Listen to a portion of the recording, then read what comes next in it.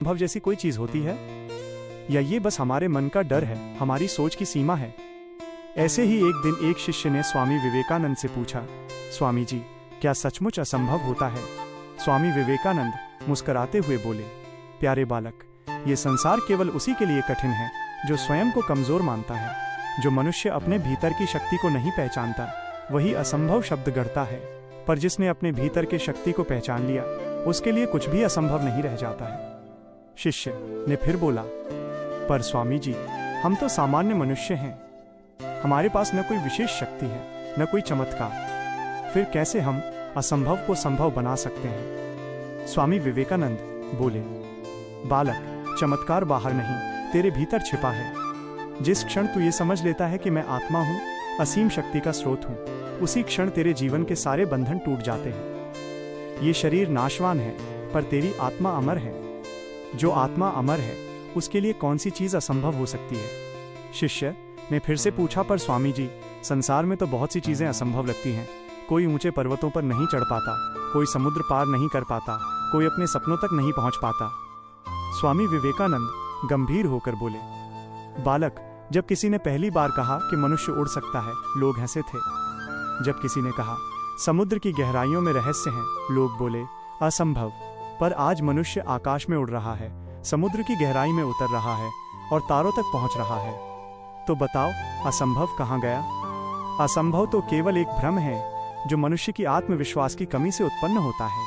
जिसने अपने मन को जीत लिया, उसने संसार को जीत लिया। असंभव केवल उसी के लिए है जो विश्वास नहीं करता। शिष्य विनम्र होकर बोला, स्वामी जी, तो क्या हर मनुष्य के भीतर वही शक्ति है जो महान लोगों के भीतर होती है? स्वामी विवेकानंद जी शांत स्वर में बोले, हाँ बालक, हर मनुष्य के भीतर वही दिव्य शक्ति सोई हुई है। फर्क केवल इतना है, कुछ लोग उसे जगा लेते हैं और कुछ जीवन भर सोए रहते हैं। जिन्होंने अपने भीतर की ज्योति को जगा लिया, वे असंभव को संभव बना देते हैं। रामकृष्ण परमहंस, बुद्ध, क्राइस्ट, शंकराचार्य, ये सभी मनुष्य थे, पर उन्होंने अपने भीतर की ईश्वरीय शक्ति को पहचाना, इसलिए वे महान बने। शिष्य में फिर से प्रश्न किया, स्वामी जी, फिर उस शक्ति को जगाने का उपाय क्या है? स्वामी विवेकानंद, 3 बातें याद रखो, विश्वास, साहस और कर्म। 1. विश्वास। पहले स्वयं पर विश्वास करो। जो स्वयं पर विश्वास नहीं करता, वह ईश्वर पर भी विश्वास नहीं कर सकता। अपने भीतर ये भाव रखो, मैं कर सकता हूँ, मैं करूँगा। 2. साहस। डर को अपने मन से निकाल दो। भय ही मनुष्य को जकड़ता है। निर्भय बनो। जिसने डरना छोड़ दिया, उसने आधी विजय पा ली। 3. कर्म। केवल सोचने से कुछ नहीं होता।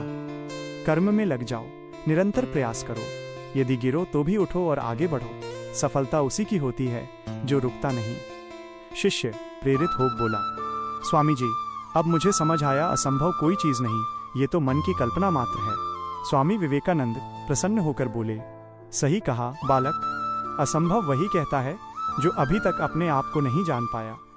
जिस दिन तू ये समझ जाएगा कि मैं ब्रह्म हूँ, उस दिन ये संसार तेरे चरणों में होगा।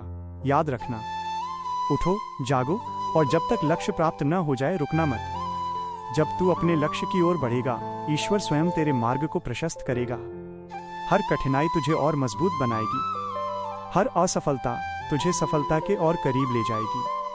और एक दिन तू स्वयं कहेगा, वास्तव में असंभव कुछ भी नहीं है।